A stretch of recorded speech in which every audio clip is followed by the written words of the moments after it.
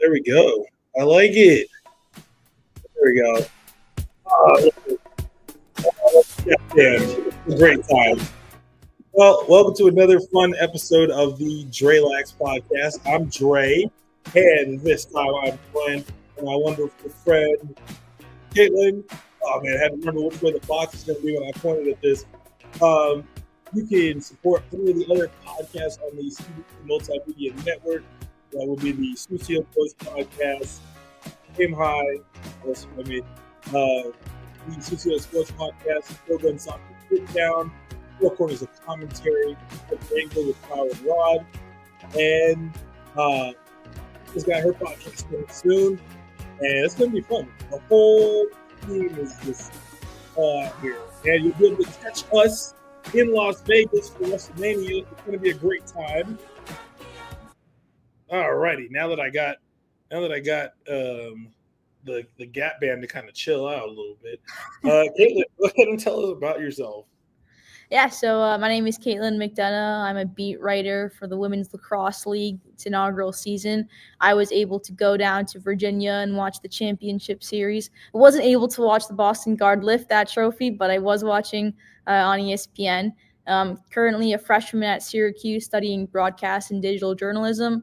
I played lacrosse for about 4 years. I was goalie in high school and kind of fell in love with the sport once my friend convinced me to play it. And so, yeah, that's kind of where my lacrosse journey took me.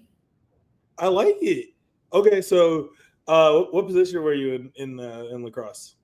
So when tryouts came around, I hadn't really planned on being a goalie. I was going to probably be a defender because I played soccer and I was a defender in soccer.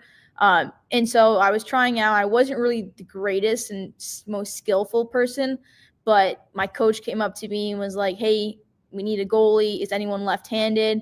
So I kind of raised my hand. And then she was like, all right, is anyone playing in your sports? I raised my hand and she was like, all right, so you're going to be our goalie. And I was like, okay, like I think I can do this. And I was way more excited, I think, to be a goalie than I was to be a field player, which is crazy because who wants, balls thrown at your head at like crazy miles an hour and getting all those bruises. But yeah, truthfully, I kind of fell in love with it ever since. I've watched so many YouTube videos from, what's the right way to stand, what the rules are of the game. And, I have to shout out my mom as well. She really took me to the wall and she's kind of just throwing balls at me, making sure I was comfortable and making those saves. That's not bad. Okay, so arguably Syracuse women's lacrosse team is probably your favorite. Yeah, without a doubt. They're definitely my favorite team. Are you rooting for them for postseason? I am. I'm rooting for them for postseason. We had a little bit of a up and down kind of start to the season, but we are really finding our groove. It's a young squad, a ton of freshmen that are here, but it's all led by, the grad student Emma Ward, who just created history a couple games ago. She's amazing, and I think this team can go really far if they really kind of fix in on those little mistakes they made earlier in the season, and especially on the draw circle as well. Oh man. So do you ever watch any of the men's team? I know Joey Spallina has been doing great, and so is Sam English. Yeah, they just had a massive win yesterday versus Notre Dame. I think their first win against, a opponent of that caliber since 2017. That was a great game to watch. The atmosphere inside the dome, that was, I think, 11,000 or so fans, one of the largest fan attendances in lacrosse history. And they've had a really great season, somewhat similar to the women's team where had kind of 2 early losses that maybe they shouldn't have lost, but they really are on a roll right now. I think a 7-game winning streak, everyone from Jimmy McCool, who's making a ton of saves, it seems like, per game. The whole defense is really locking in. And, you can't talk about Syracuse lacrosse without talking about Joey Spallina. He really showed up yesterday against Notre Dame. And, yeah, they're having a great season. I hope they go pretty far in the tournament, and I think they will. They've shown that at this point of the season, they're probably one of the best teams besides those couple other, like maybe Cornell or something. But, yeah, they're a great team. Them beating freaking Notre Dame was just crazy because I was like, this is Notre Dame. Like, this isn't like you're beating your run of the mill. Like, you're not beating your run of the mill opponent. Like this is an actual you're out here killing it. I love it. No, it's crazy, and they held them scoreless for I think it was like 40 minutes of the game too, which was even crazier to me because, Notre Dame I think is one of the best teams in the country at scoring. I think they're probably ranked third for their offense, and Yeah. to shut them down like they did, wow! Hats off to that team. They must have put in a lot of work in practice, and they've probably been building up to that moment as well throughout the season. It's not bad. So wait, you were at the game last night? You were at the game? Yeah, I was. It was such an electric atmosphere. One of the best I've ever seen from a lacrosse game, truthfully, because I was at the Hopkins game in March as well. And truthfully, that crowd was great. But I think the one against Notre Dame definitely topped that. The energy inside the dome, it was almost deafening at some points. And I think that played also a really big part in that win, too. That's not bad. That's I gotta go out there for the game. I gotta go out there one time for the one time. Oh, for sure. People up here, lacrosse is basically their number one sports, almost sometimes more important than, maybe football. But we do love our lacrosse up here. It's a great time. It's not bad. This is so fun. I really gotta I gotta go out there one time. Just one time. Yeah, the weather in, February and March, even right now in beginning of April, it's not the best. It was raining yesterday, and a little windy and wet. But, the weather, it's a little iffy. I think 2 weeks ago or maybe a week ago, it was like 70 degrees. Now it's back to being cold and windy. So truthfully, you'll probably get some of that, not great weather when you come up here. But I think that just makes for the even better experience. Luckily the dome's inside, so what time of year is the best year to go? That's a good question. So I haven't been up here too long, but I think the best time to come up here is probably October, September-ish, maybe even November, just because it's fall and it's not freezing, but it's that kind of reasonable temperature where you can maybe wear a sweatshirt and shorts or like jeans or something. The leaves are changing colors. The sunsets are here. It's so pretty. From where from my dorm, I can see the sunset, and it's honestly so beautiful. And I think that's probably one of the best times to come up here. And maybe if not as well, let's say maybe April or end of April, maybe beginning of May too. Just I love the sunsets up here. They're really, really pretty. And I think those are the two times where you kind of get the best sunsets. Do you go to any other of the game? Yeah, so for other sports, I go to some football games. They had some ice hockey games. Go to that as well. Definitely been to a couple basketball games. We didn't have the best season this year, but hopefully, with the transfers that coach is bringing in, we can have a better season. But yeah, I'm really fortunate that Syracuse has a lot of sports constantly happening. There's this thing we call the crossover season, where you have like basketball, lacrosse, hockey. It's just maybe even some softball. There's so many things happening. We're such fortunate that we have a great team. We have great teams up here, and the games that we go to, they're always pretty good. Okay. So I'm sure football season is probably the most exciting ones, and then definitely lacrosse for sure. I don't know what basketball is like out there. It's weird because the basketball games are so frequent, so you would think that there wouldn't be that many people in the stands, but we draw a lot of fans that usually come to the games. It's in the dome, so they kind of section it off, so you don't have the whole stadium to sit in, but the sections that we do take up, we have a pretty decent student section. It kind of depends on the games as well. I think towards the end of the season, the student section wasn't as packed as it was just because they weren't winning as much. But most of the time, our student section comes through and pulls up, and same thing with the locals. I think there's a ton of locals, that probably even more than the students, that come to the games. They're always there, always cheering on the fans. And, we always stand up waiting for them to score the first basket. And then when they do, we all sit down, and it can get pretty loud in there, especially on the weekend. That's when the most people seem to come. Okay, so we're gonna put it on the calendar when the next season starts. We're gonna see if either Hopkins or Virginia or Maryland is playing Syracuse at home. I'm gonna come out there because I gotta experience the dome for the. I gotta experience like what it's like watching lacrosse in the dome. It's the same reason I'm trying to go to Charlotte in the summer because everyone says that Charlotte had one of the best homecoming weekends besides Denver. So I gotta see it for myself. Yeah, I mean PLL is great at hosting crowds, and I think it's definitely. I think lacrosse for sure is also switching. Maybe becoming more towards the West Coast as well, just because it's such an East Coast sport, I think. But a lot of teams are starting to kind of get that West Coast traction, and the fans are definitely starting to pick up on it. Plus, I got to see if the New York pizza is really as good as people say it is. Like everybody says, New York has the best pizza. I got to go one time just to see it. I would argue that. I mean, I'm not a huge pizza fan myself, but from the slices that I have had, it's not bad. It's definitely something different than what I've had before, but I don't mind the pizza up here. It's pretty good. Although I've never had Chicago style pizza, deep dish, so I kind of want to compare because everyone compares those two. You got Chicago deep dish, then you've got the New York style. Personally, I'm just a plain person. Like I don't like too much on my pizza. Just a simple pepperoni's fine with me.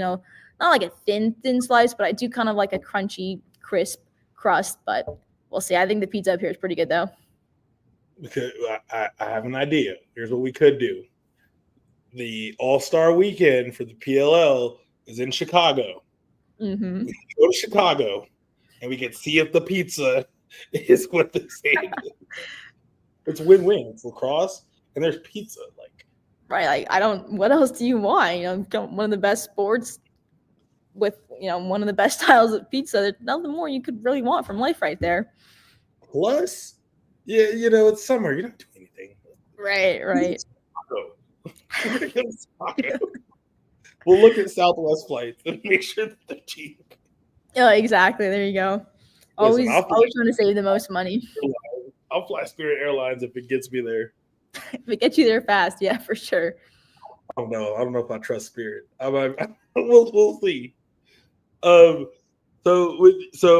with playing lacrosse, you were goalie, and lucky for you, you were a left-handed goalie, which isn't too common in with all the goalies.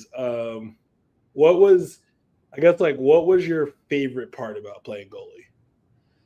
Well, that's a good question. I think my favorite part of playing goalie, and I think a lot of goalies think this as well, but it's just that there's just something different about stopping one of those shots, whether it's an 8-meter shot or a 1-on-1 or like a BTB. There's just something different about saving one of those shots that I can't really explain to someone that's maybe never played lacrosse or like maybe ever played goalie, but just that feeling of kind of just shutting down that attacker or whoever's taking that shot. That was one of the best things about being a goalie, just because you can see it in their body language that, they think they're so confident they're going to score or they're supposed to score, or maybe they're one of the best players on the team, and you just say, no, not right now. Like, I kind of shut you down. To me, that was one of the best aspects of it, and just knowing that my team could rely on me to make saves in that moment too, just because, the ball travels so far, and sometimes it's hard to stop someone who's so good, but knowing that my team has confidence in me to get that stop, it's truly nothing like that. Well, I mean, as someone that played goalie, like I can definitely agree and attest with that. And even coaching now, whenever one of the goalies on like either JV or varsity, whenever one of them makes a great save or just a save in general, like it gives me new life because I'm just like, yes, because I mean, I know how difficult a save in lacrosse is in general, no matter what level it is. And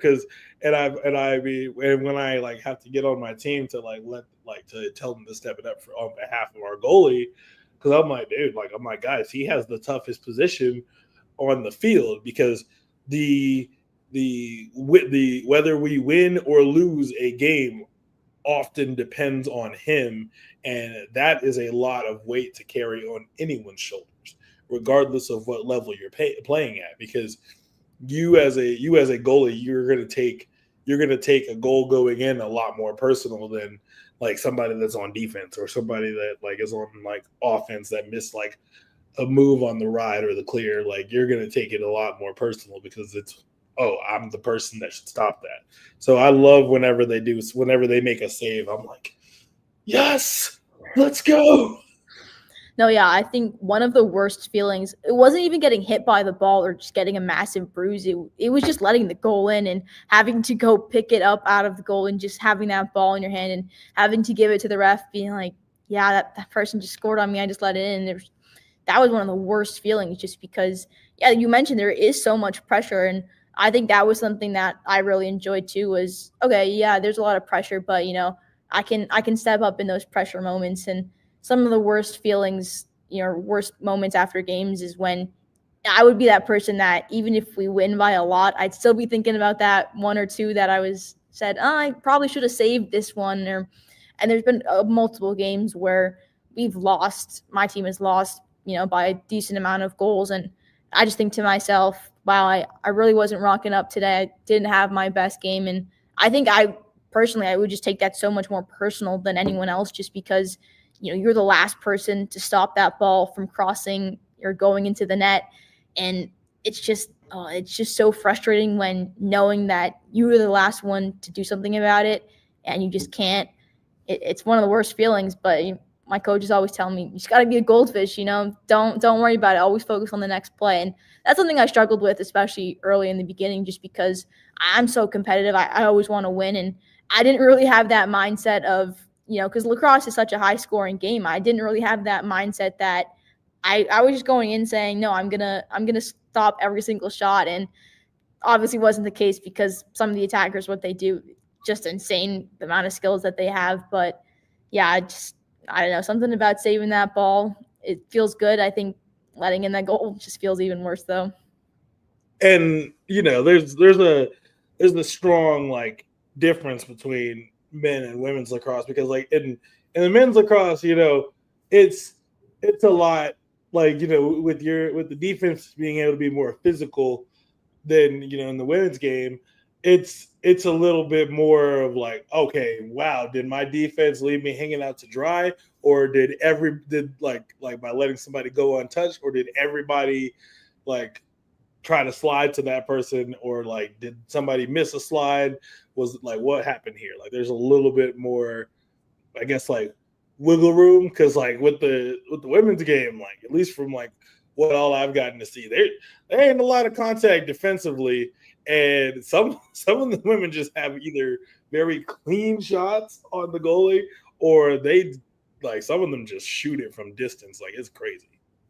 Yeah, that was one of the things that really bothered me was you couldn't, as a goalie and, someone that likes when my defenders are physical with other attackers, there wasn't that wiggle room to be that physical. A lot of the referees would end up just calling, a foul and then they'd be on the 8 and now it's an even better chance. So it goes from something where all of my defenders are crashing, they're applying pressure, maybe they're double teaming, to the referee kind of sometimes bailing them out and, putting them on the 8-meter and having them even have a better shot at scoring. But yeah, that was something that really bothered me was you can't really be too physical. Women's lacrosse, I think, is their defense is more about playing with your feet, kind of being in the right positions and having constant communication. Like if you look at Shea Baker and Lydia Colasante from BC Women's Lacrosse, they're probably two of the best defenders in the country. And it's because they have such great communication with each other. Their feet are constantly moving. Their footwork is absolutely insane. They can go toe-to-toe with some of the best in the country and completely shut them down. But yeah, it's definitely frustrating sometimes knowing that you can't be physical with them. And even sometimes shooting space, that was a huge thing that would also put, attackers on the 8 is when you would have that slide and someone would slide, sometimes referees would just say, no, you're too late, or you weren't leading with your stick, which it's a very subjective call, I think, because, you see referees get it wrong sometimes is when someone isn't shooting, they're just looking to pass, they'll still put them on the 8. So yeah, that's one of the most frustrating things. The call that I had the most problem with at the women's championship series was like the I don't remember what the name of the penalty was, but like there was was it Walling? No, Marcus Holman's wife Alex. Allie got ejected from one of the from one of the games because when she shot, it ended up like this player moved in the line of where the shot was coming from, and so they got hit above like their like waistline, and so they ejected. Yeah, I remember that. I think she shot it, and then I think it was against the Boston guard, I want to say. Yeah. Where I think Marge Donovan kind of stepped in front. I don't think she knew much about the shot other than she might have just been following one of her players. But yeah, I think in one of those situations, it's really tough because, you know, the attacker, as a defender, you know, even as a goalie, you're always prepared for the attackers to shoot. And so when a defender is kind of running across like that, sometimes they just have tunnel vision on who they're supposed to be guarding, which is good and bad. It's knowing that they're so focused on stopping that one player that, you know, they're doing anything in their power to do that. But it's also, you know, kind of you're supposed to have your head on a swivel. So I think it was one of those calls where it really could have gone either way. You know, I see why the referees made that call. You know, it did hit her, and it wasn't one of the best things that happened. But at the end of the day, you know, attackers shoot, you know, shooters shoot. That's what they tell you.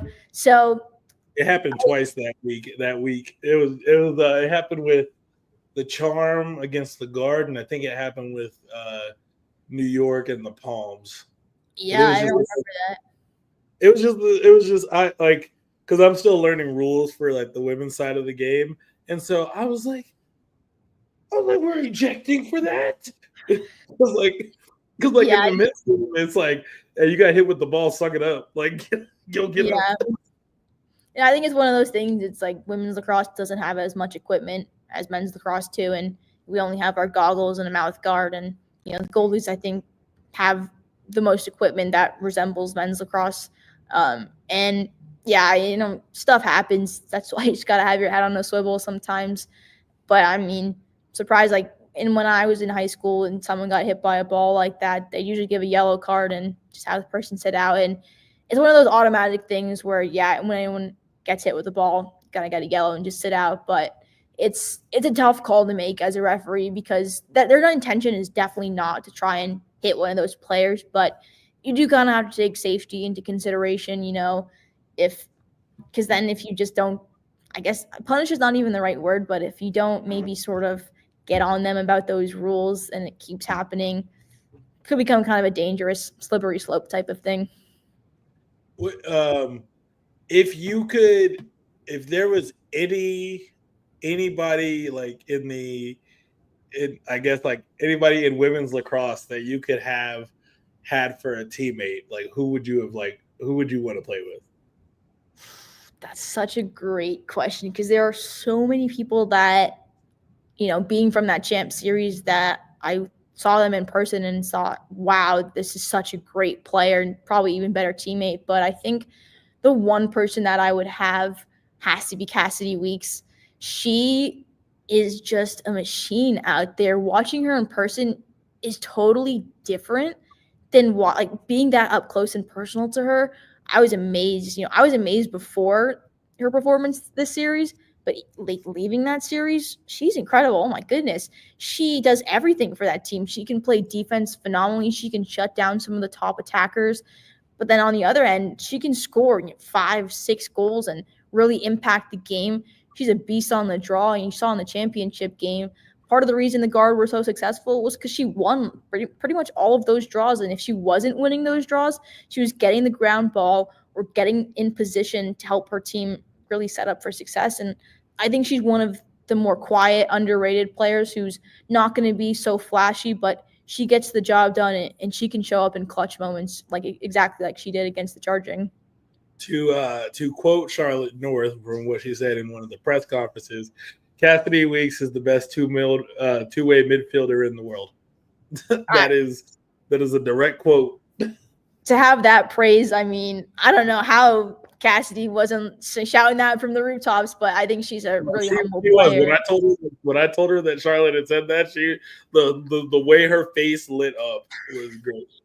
She's also one of the nicest people that I have like met in the lacrosse sphere. I mean, all the women were very nice, like, and that, like, they were all very nice. Like, it was great, and like you could tell that like it was less like they were nice from the sense of where they felt like they had to be. Like, that's like who they are. Like, they're the kind people, and like you could see how much it meant to them to have this opportunity to like get to play on a similar platform stage as the men did. And I would love if, like, moving forward, they got a more like regular season kind of like how the men have going on. I know it's going to be a little bit tough with only 4 teams as opposed to having 8 teams. So, but it would be very cool to see the WLL get a full season, kind of like how the PLL has going on. Oh, for sure.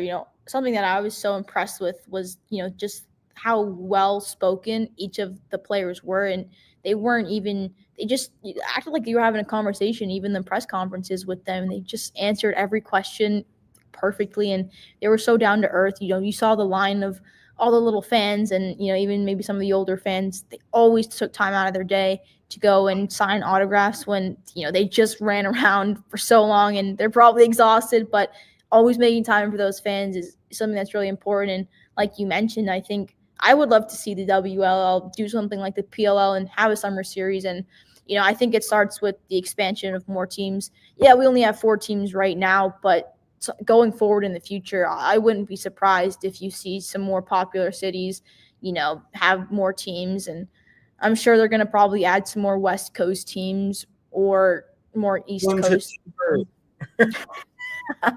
That would be a great spot.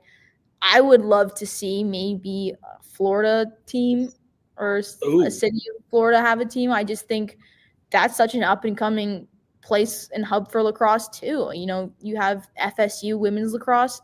They just are having their team become D1 for the first time. You see a team like Clemson dedicating a whole facility to their women's lacrosse team. So South Carolina is a very big possibility. But the lacrosse game is definitely growing, and I think the WLL, just skyrocketed so many fans who want to play the game and maybe who weren't interested in it to now say, hey, I kind of want to watch this more. And I think the style and the format of sixes really did draw a lot of those fans in, because sixes is just so different from the outdoor game. The rules are different. The way you approach your attack is so different. You only have 30 seconds. And I think that's why a lot of the goalies also played extremely well that series, was because of the shot clock, And not to discredit any of the goalies, I just think that sometimes later in the shot clock, teams would take, an angle shot that was easier for the goalies to save. But, you're not really getting past the likes of Madison Doucette, Taylor Moreno, or even Rachel Hall and Kaylee Waters without taking a really perfectly placed shot. And I think we saw it all series long that the goalie battle was probably a little bit more entertaining maybe, and then sometimes some of the attacking battle, just because, you saw Taylor Moreno score a goal. It was what goalie in the field is ever going to go up that far and score a goal? And yeah, this champ series, it was just incredible. It was also like the goalie play was just amazing. Like they crushed it. All of them. It was just so fun. They were literally brick walls. You could not get past any of them. And there was just something in the atmosphere there that, they were making the saves look so easy. Just watching that on some of the plays unfold, you could maybe tell where some of the shots were going to go, but then having the ability to not only just save the ball, keep it in their stick, and then immediately look to transition and get that ball to the attacking side. Taylor Moreno was probably the best example of that. She would make a save, and then she'd immediately kick it out to one of her players, and she set them up in perfect position to go on and score. And I think goalie is one of the most underrated positions in lacrosse. You're always, like they say, you're always, maybe not getting the credit when you win, and when you lose, you're getting the finger pointed at you. But I think a lot of the play started with the energy from the goalies, because I knew that when I saw it, my team, whenever I was playing well and having a good time and really just on top of my game and making saves, that translates over to your defenders and your midfielders and your attackers. That incentivizes them to, hey, I'm going to step up my game because my goalie is doing really great right now. And I think that energy just kind of reverberates all throughout the team and the sideline too as well. Everyone just feels something. And so when your goalie is having a great game, your whole team has a great game. It's so funny because like I always try to make sure like my players are like ready to go like before a game. I give the best pregame speeches ever, but they're always like one of my assistant coaches. He goes, he was telling me at the end of one of our practices, he was like, yeah, man. He's like, that speech at the end of practice, like I was ready to run through a wall for you. I was like, that's the feeling you want to give as a coach. Is I want you to be willing to run through the wall for me. But I've always told the like my players that I've coached, I'm like, look, I'm not worried about teaching you lacrosse. Like I can teach you lacrosse. That's not anything I'm ever doubting or having a lack of belief in, because I know myself and I've been coaching for 12 years. Like I can do this. But what I can't do is teach you how to be a good person. And for me, I care more about you being a good person. I care more about who people see you as opposed to how many goals you're going to score. And so like I'm really big on like character and like accountability, and like I always try to relate something that we dealt with in practice to life. Like a lot of our long pulls, they kept looking back to the goalie on the clears, even when they had very ample opportunity to go forward. And I told them, I was like, you guys are always looking back, looking for our goalie like he's a security blanket. Like, no, in life, in order to keep going on and moving on to the next chapter, you have to go forward. It's okay to look back on a previous chapter occasionally, but you can't keep going backwards. Old ways don't open new doors. You gotta go forward. And it's less of a problem.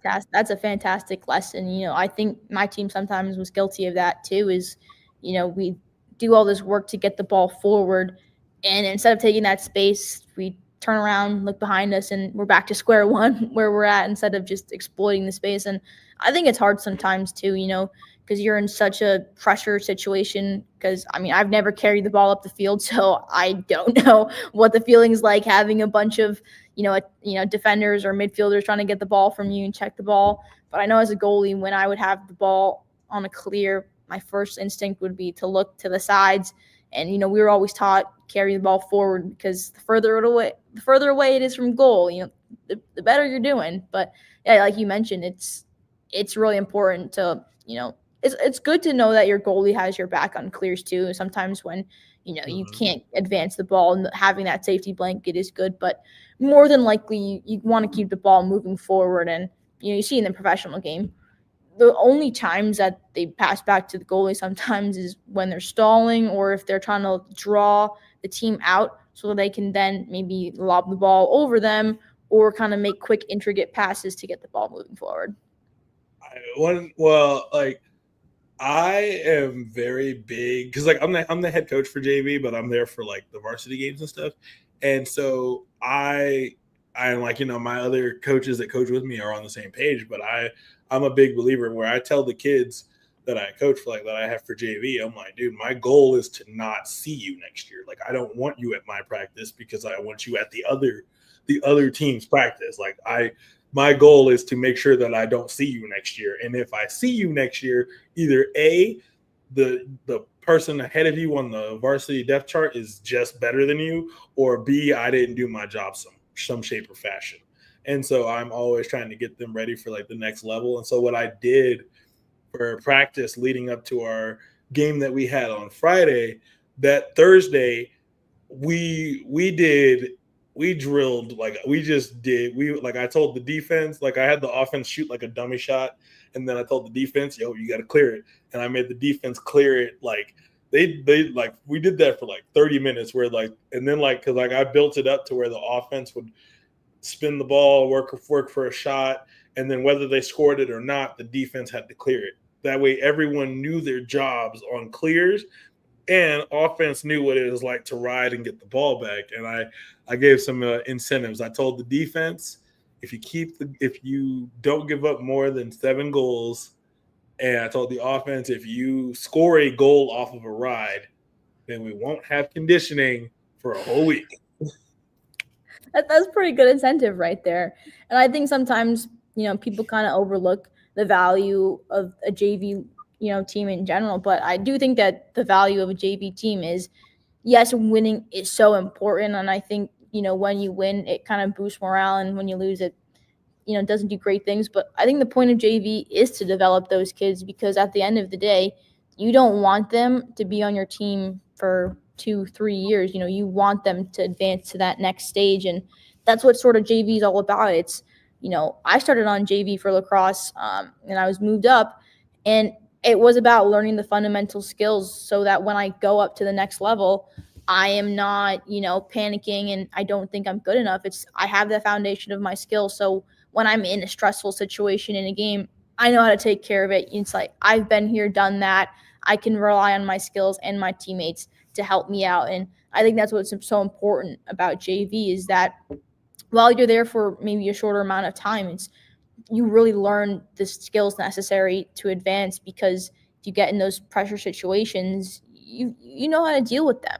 And so some people, say JV, oh, you should win this, but I think JV is much more than just winning. It's developing not only your skill, but you as a person, because some of the players on JV are a little bit younger, inexperienced, but learning that maturity and learning how to react to situations that don't benefit you is one of the most important skills in life. And it doesn't just translate in sports as well, but it helps you, in college and high school, and even in the future. And when you get jobs, it's knowing how to react to situations that pin you against the wall, and, coming back stronger and saying, no, I'm going to put the work in, and I'm going to become better as a player and as a teammate. It's such an important skill.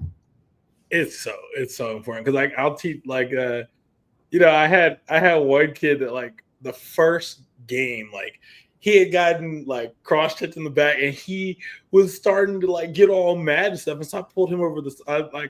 First thing I tell them, I'm like, listen, y'all are a reflection of me and your coaching staff, and I'm a damn good coach. So what you're not gonna do is embarrass me. Do not embarrass me. So I was like, listen, when you act like a clown on that field, they only see the school name on the jersey. They do not see, hey, Walter Evans from down the lane did this. They see, like, hey, that kid from Fairview was acting like a clown. Like, that's, and I'm like, and I'm not trying to have that as an image, especially because Colorado's a small state. We have a lot of the same refs. So I try not to piss off the refs too much,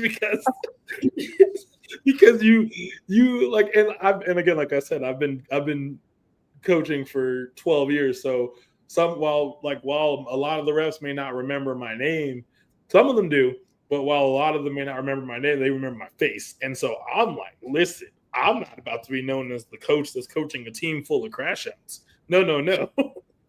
So I'm really big, sure, making sure that they are upstanding little kids. And it's really there's nothing like as a coach that gets you more like motivated more than when like you have a kid that you've had on JV, whether it's been like 1 or 2 or even 3 years that you've had in some capacity, and you see them thriving at the next level.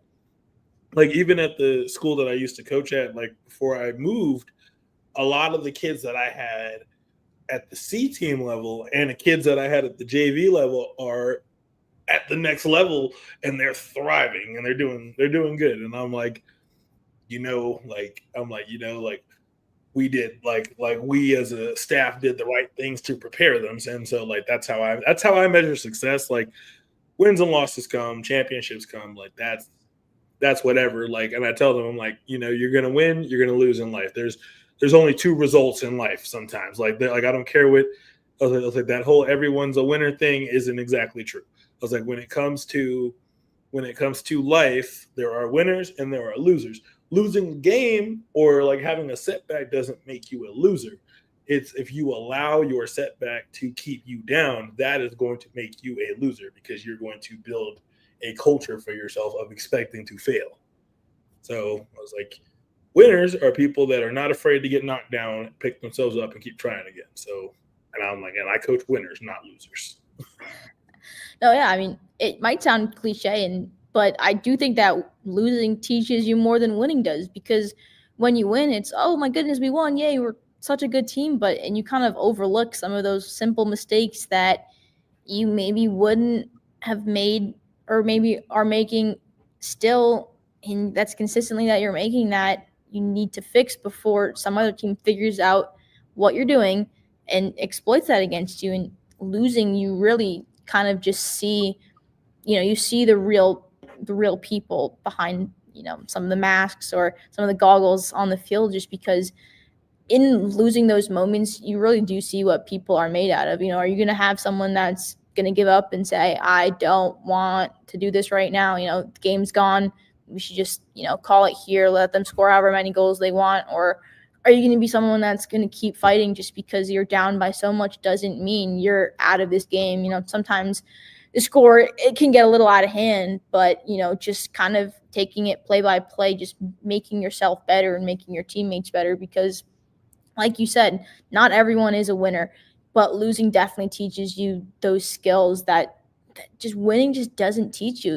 When you win, everyone's happy, and you do overlook some of those small moments. And I think the thing with winning too is everyone is so obsessed with winning that they sometimes just don't go back and look, how did I get to where I'm at now? Just because, and this really kind of hit me when I was towards the end of my high school career, is in the losses, I'd kind of just tell myself, I'd kind of question, am I a good goalie or not? But I wouldn't look at the progress that I've made from when I first picked up the stick to now. When I first picked up the stick, I wasn't good at goalie. I did my best to keep the ball out of the net, but, I put the work in.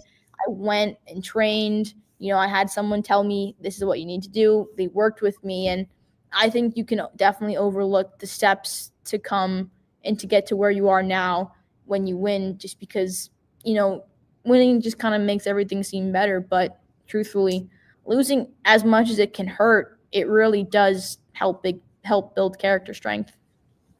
I feel like you find out more of what your teams are made of when you like have to go through adversity. Like Friday, so starting out Friday, we were down 3-0 like in like the first like quarter. We were down 3-0, and we got the ball like on the defensive side. We were getting ready to clear. I called a timeout and I said, guys, you were playing scared. I was like, you were letting the fact that this team is a little bit more physical than you're used to and that they've pushed you around a little bit. You're letting that throw off your game.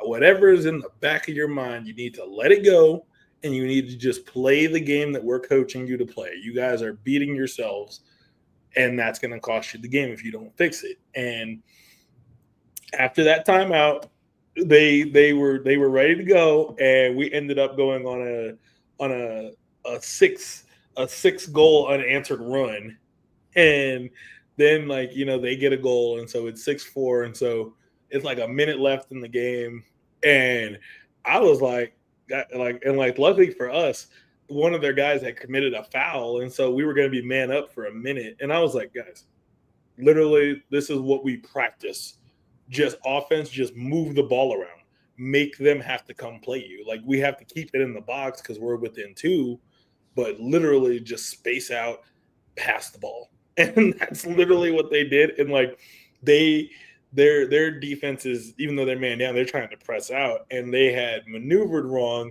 and they hit it to one of our shorties, and I'm like, hey, the shot's there, take it. And he scored a goal in the last like 10 seconds. And I was like, I didn't really need a goal, but I'm okay with this. But it was just one of those moments where, like, you know, I got to see what my team like was bringing to the table, because I've had teams where, you know, they're down 3-0 and everybody checks out and everybody just kind of rolls over.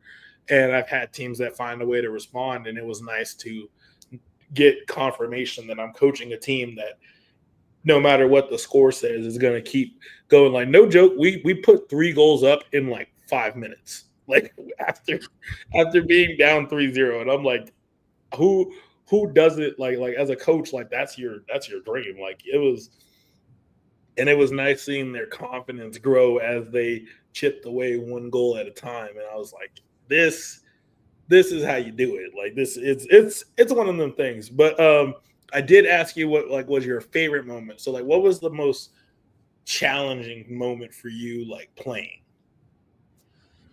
I think one of the most challenging moments was during my senior year, and I don't really remember the scores to games that often, and I don't even remember how many saves I have, who scored how many goals, or, you know, what other player on the team. I just know that someone scores a lot of goals, and, you know, at the end of the day, I do know like who wins and loses the games, but I don't remember the score of many games. But there was one game during my senior year of high school.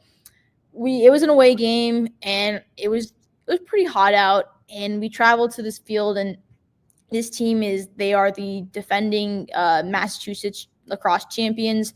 Great school, great program. Really, the coach does a great job with these girls. And, you know, we get there, and our bus, the whole bus situation, it's not great. We get there with, I think, maybe 10 minutes to warm up.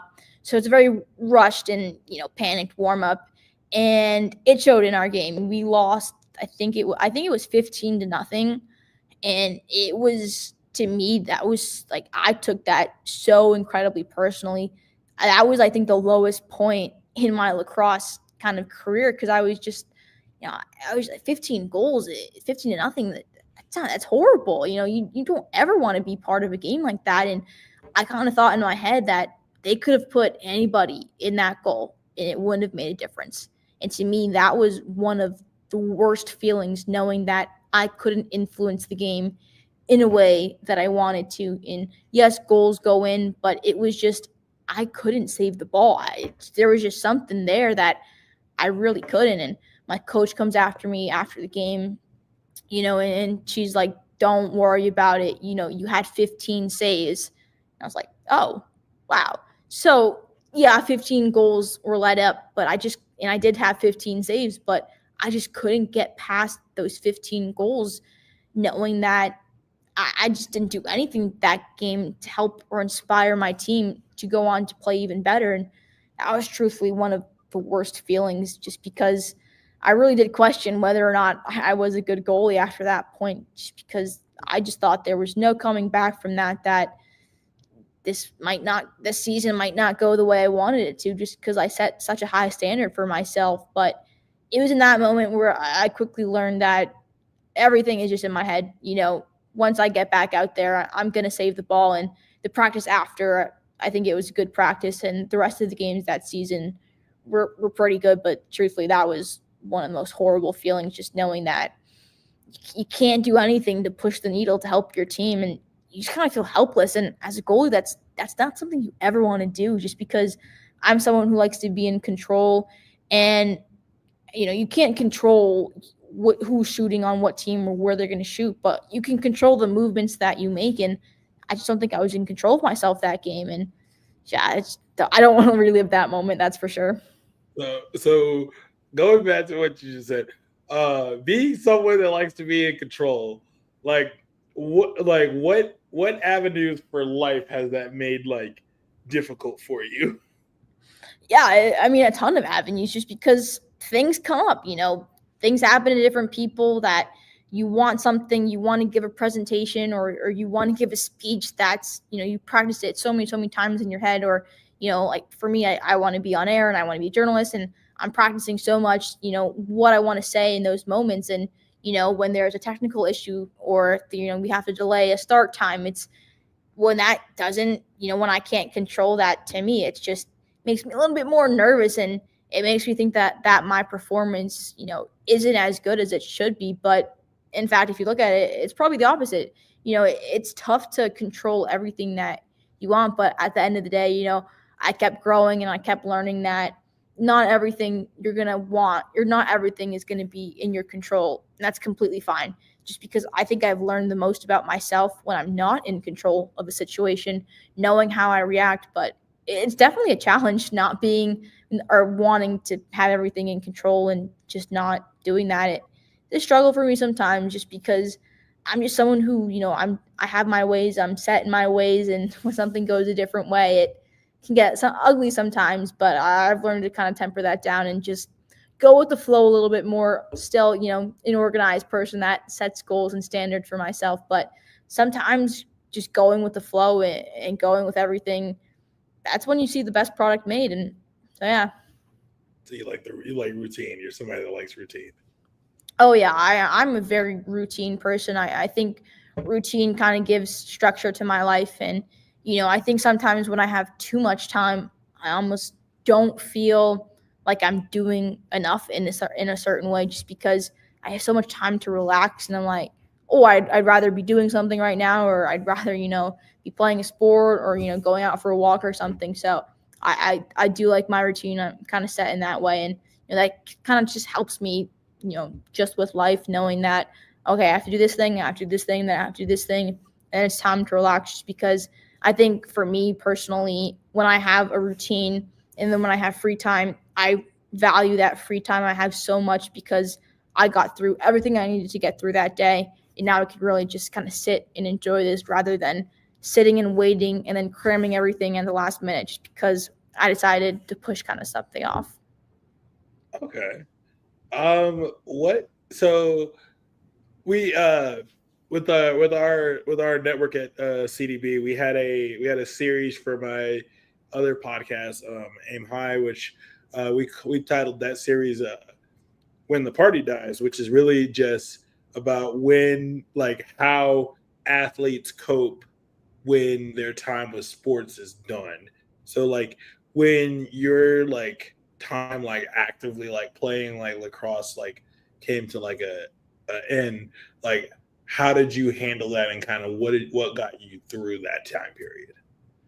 Yeah, it was such an interesting end to my career as a goalie, just because it didn't end on a win like I would have hoped it would. But that's just the reality of sports. I said being in control. You can't, you can sort of control who wins, but sometimes, the other team is just better. And my career ended.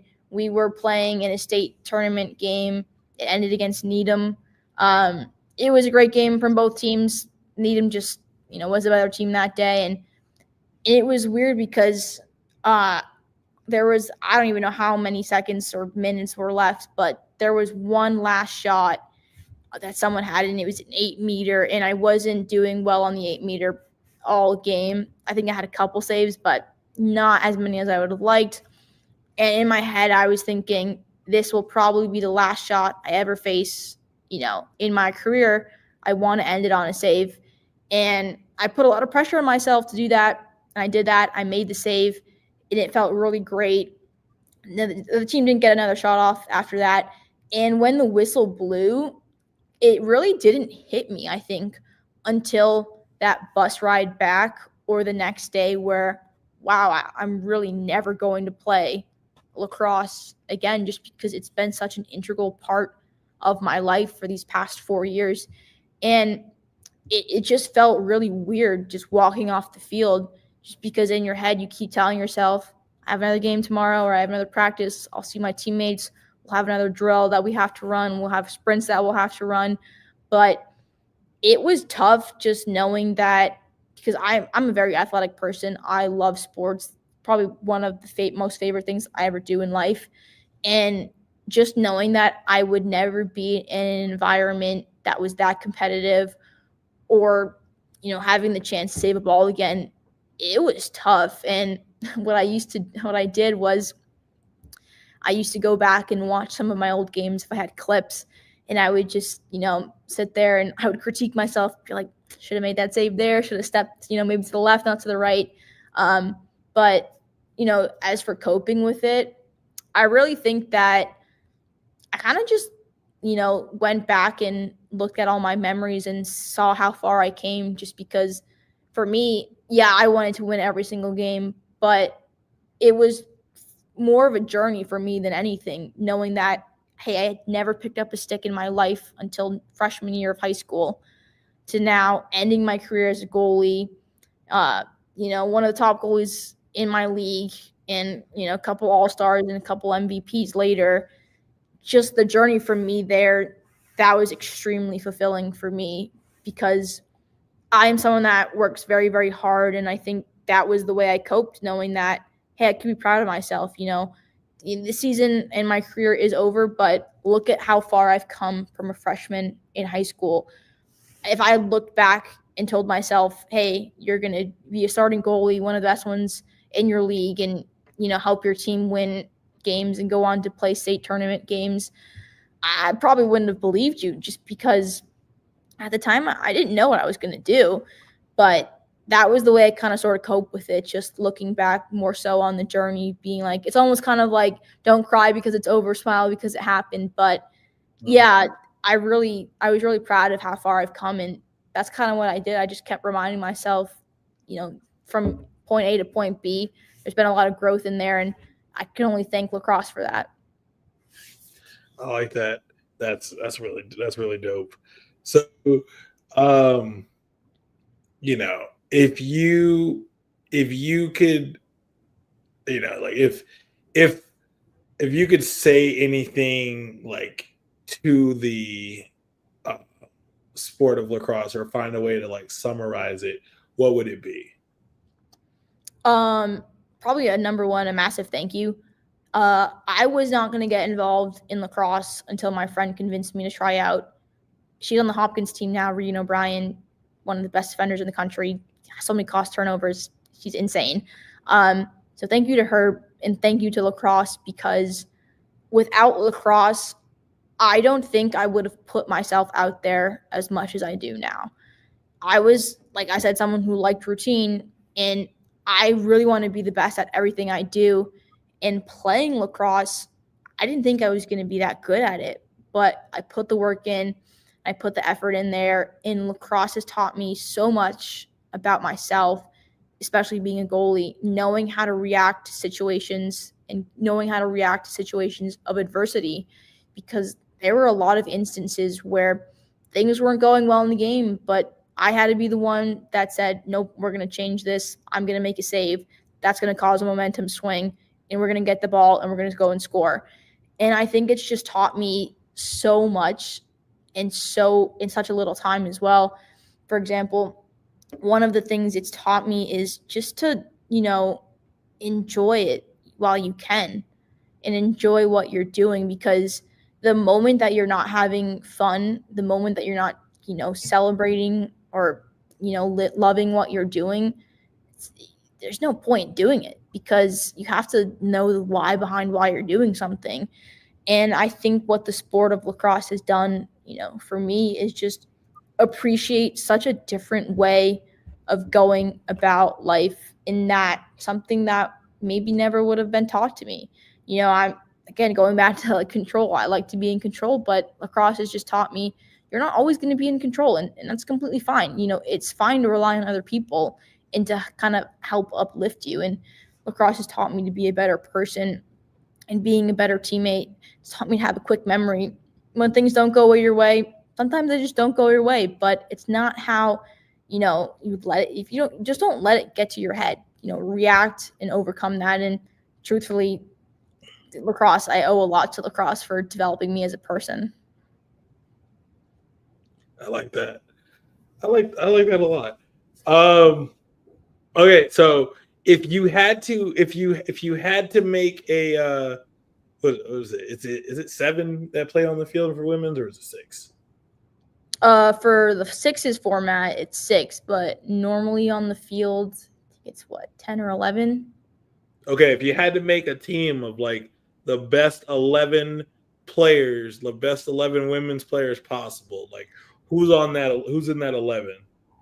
All right. I'll start in goalie because for me, this one is a no-brainer in terms of what I went through. But when I first started playing goalie, my first ever goalie coach told me, hey, there's someone named Taylor Moreno at UNC. She's a phenomenal goalie.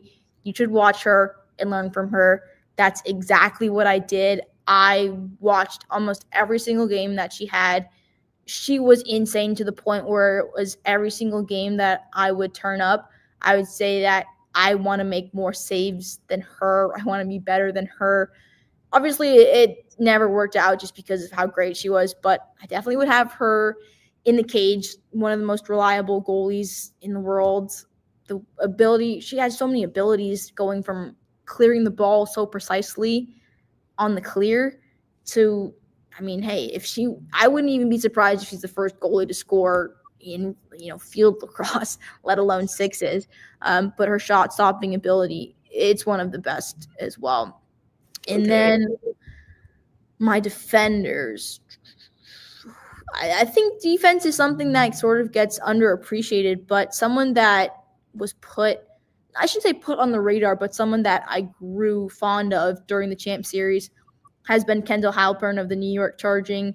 What a player she is. It just seems like she's in such control every time she plays that, she's not letting anyone get by her. So I definitely would want her on my team. I think I'll go with Abby Bosco as well of the Charm, another fantastic defender. We've seen what she's done for USA Lacrosse. I don't know if there's anyone better than her to ever play, but she's a great player.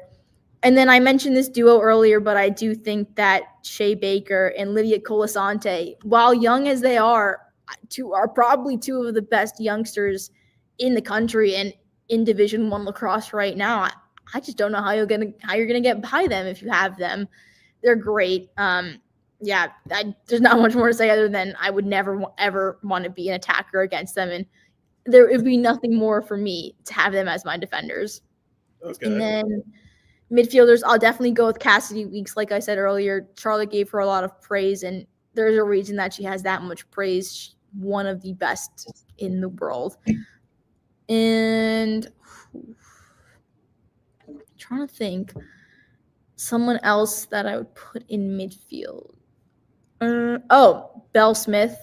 I think someone else that's really underrated is Belle Smith, a great midfielder as well. And it's funny to keep saying players that come out of BC Lacrosse, but I just think that they just produce really great players. What Acacia Walker-Weinstein and all of that team has done, that coaching staff, absolutely insane. She's a great player. And then I think I would go another one, maybe someone that is a little bit underrated, but Allie Kennedy. I think she's a really good speedster. She can set up, she can dish the ball out, she can assist, but she can also score goals herself. And I think she had a great collegiate career and someone that I would love to have on my team. And then for the attackers, this one, it's pretty much a no-brainer, but it has to be Charlotte North. Anytime the ball is in her stick, magic comes out of it. Whether she's on the 8-meter, I mean, I was a goalie, so I just could never imagine stopping a shot from her, truthfully. I don't think I'd ever stop a shot from her. Maybe too. Saw her score on Brett Dobson. Couldn't pay me to stop her. No, I would just be like, I might step out of the cage and be like, just go ahead, take the goal. You don't need to do this right now. But another great player. And then I'll also go with Ali Mastroianni, fantastic player. What does there say about her? National champion, such a great person, a great captain, leads the team very, very, very well.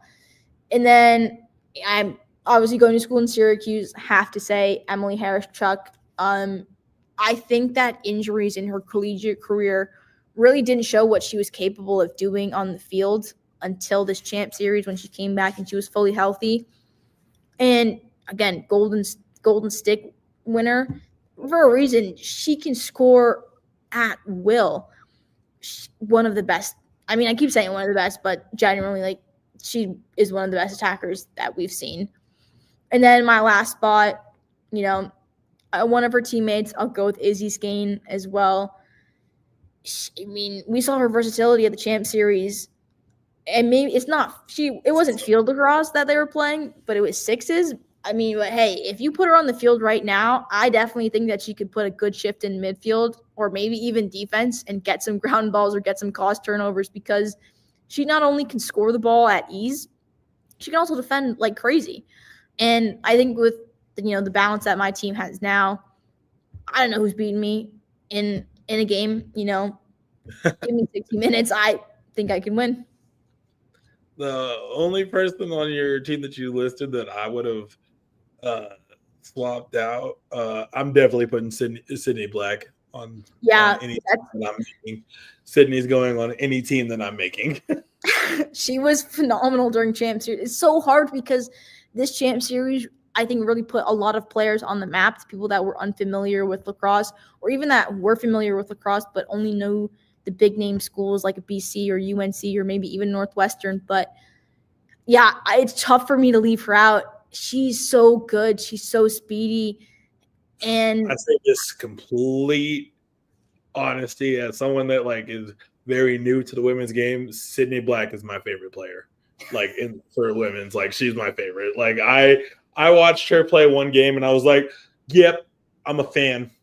And I watched her play and I was like, yeah, she just got a new fan, because she watching her on the ISO, I was like, yo, I was like, if I was texting, so my friends, they'll watch lacrosse and they're into it. And speaking of which, I definitely got to have you for the Memorial Day weekend episode that we do every year.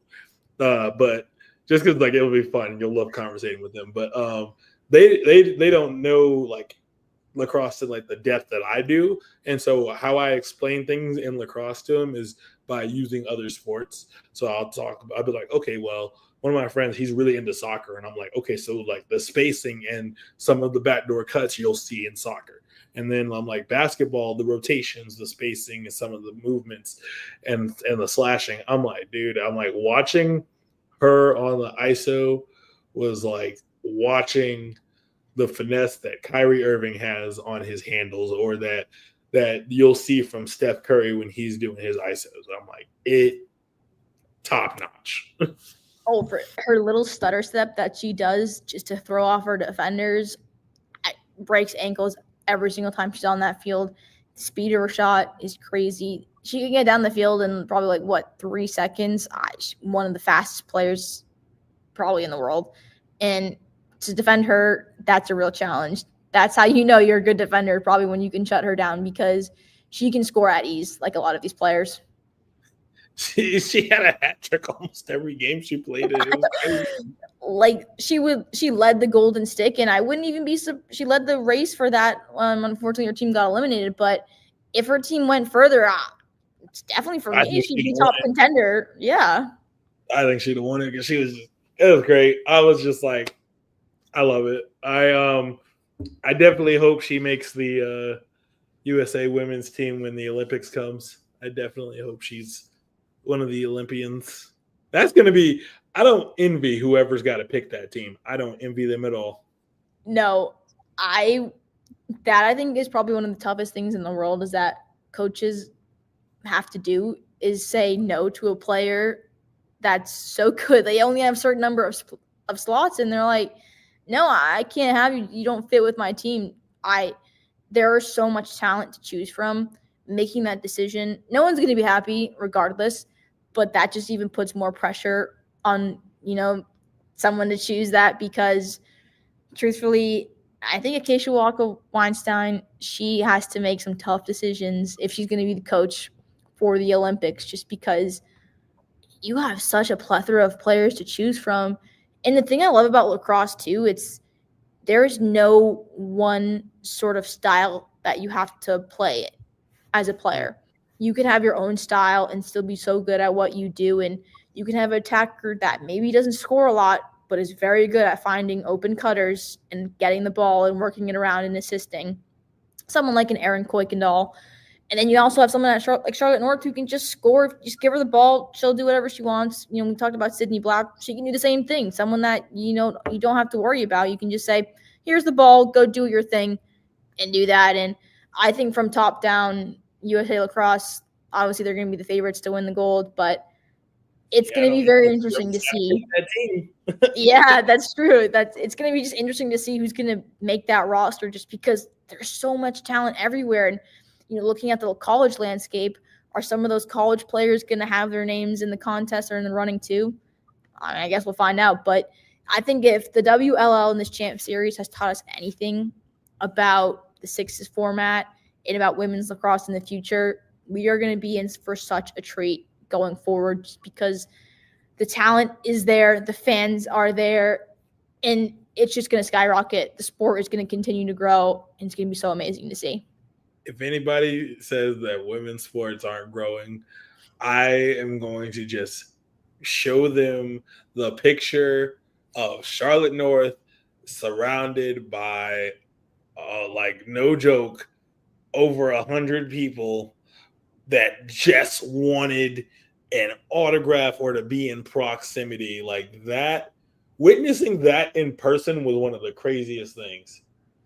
Yeah, totally agreed. I remember after that game, I was heading to the press conference and I walk out of the entrance or where the press enters.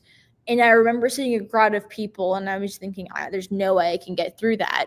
So I went upstairs to the top level, walked across, and I just happened to look down and I was just like, oh my God, there are so many people here for Charlotte North. That crowd, honestly, I was so happy to see that. That is the essence of growing the game right there. And you talk about these players before putting in the work, the generation that's before this generation, they have laid the groundwork.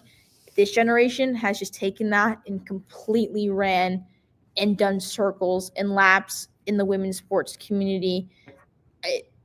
Truly, that was amazing to see. And truly, I think Charlotte would have stayed and signed all of those autographs if there not been, I guess, so many people. But that was insane. And even her watching her get, I mean, I shouldn't even say escorted because it wasn't like they wanted to do anything. They just wanted a moment, a brief moment with one of the best lacrosse players in the world. The fact that she had to have her own like little detailed maneuver her through the building, I was like, yo. Like I sent my friends that picture and I was like, guys, I was like one of my friends was like, well, like who is she? Like you said her name before, and I'm like, guys, like she is for lacrosse like Caitlin Clark is for basketball. I was like any little kid that is a lacrosse fan, if they see her, they're gonna lose their mind. Like I'm not even a fan. I'm not even a little kid, and I lost my mind just being so up close and personal to her. Wow, what a player! My little sister. That was her favorite player when I took my little sister to the women's all-star game. Mm-hmm. And I texted it to my little sister and she lost her marble. She's like, I can't believe it. Oh yeah, just seeing her and sharing the same space as her. Oh my goodness. It was a privilege. It's totally speechless. One of the greatest experiences of my life. The Boston Guard gave us the longest press conference, but it was great. We didn't even really so for anyone that's like watching or listening, most of the post-game press conferences, usually teams you get roughly about 15 minutes each team. Like that, like you'll usually have about 15 minutes with each team. So like that's cumulatively like about 30, maybe a little over. And I mean, you know, it's the same thing whenever I've done stuff for the Mammoth too. Like you get about 15 minutes with the team, which is fine. It's fair. Yeah, that press conference with the Guard alone was 30 minutes. It was great. I think they answered just about every single question in the room. They were one of the best teams all the teams were fantastic at answering questions, but I think the Guard had one of the best press conferences consistently. And like you said, they answered every single question. and their answers were they elaborated on every single one of their answers. I said this before, these players are so well spoken. I think the guard was a big part of why these players are so well spoken.